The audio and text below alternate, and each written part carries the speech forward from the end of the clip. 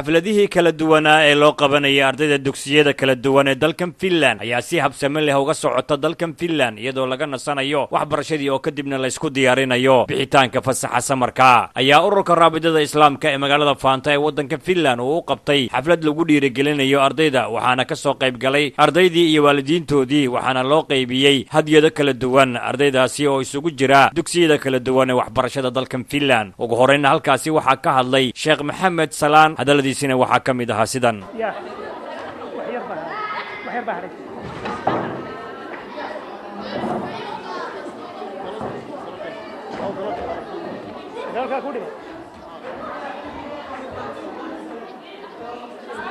marka waxaan isku salaamayaa salaanta islaamka assalaamu alaykum wa rahmatullahi wa barakatuh insha Allah ta'ala hadalka ku dheeraan maayo waxaan halkan laba kalmood baan ka oranayaa mid waa tii guud oo waxaan is xasuusinaynaa Ilaahay subhanahu wa ta'ala cabsidiisa dadka muslimiinta meel ay isku yimaadaan in had iyo goor is xasuusiyaan Ilaahay cabsidiisa in Ilaahay laga cabsado in walaartinimada la dhowro in dadka muslimiinta ay gacmaha is wada qabsadaan insha Allah ta'ala fasax baynu galeynaa fasaxaasina waxa weeyaan waqti badan oo firaaqaa soo bixi doonta waalidiinta mid baa la gudboon in caruurta loo sameeyo waqti hadii ay wadankan joogaan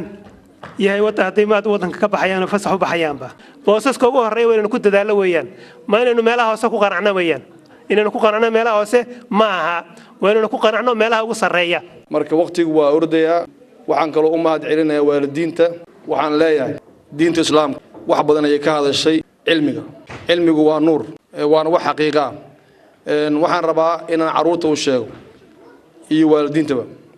rasuulkeena sallallahu alayhi wasallam markii loo yimid ee Jibriil u yimid Jibriil ma uusan dhihin waxbaan ku barayaa Jibriil alayhi salaam ma uusan dhihin waxbaan ku barayaa rasuulku waxa la yiri iqra kelmadaas waa amar ilaahayna wuu ogyahay rasuulku inuu ah ummi waxna qoro waxna akhrin hadan ilaahay wuxuu yiri amar uu sii xuri iqra bismillaahir rahmaanir rahiim salaamu alaykum anigoo ku hadlaayo magaca hooyooyinka Koyba Kula sanduuqsiyadka 2014-2015 dhammaan waxaan leenahay dhalinyartii soo dadaashay wax soo baratay aad iyo aad u mahadsan yihiin iyo maamulayaasha xafladda maanta noogu talagalay inay noo sameeyaan ayagana aad iyo aad ugu mahad celinaynaa dhammaan waa mahadsan tihiin habaarin haddaad habaarto ilmahaaga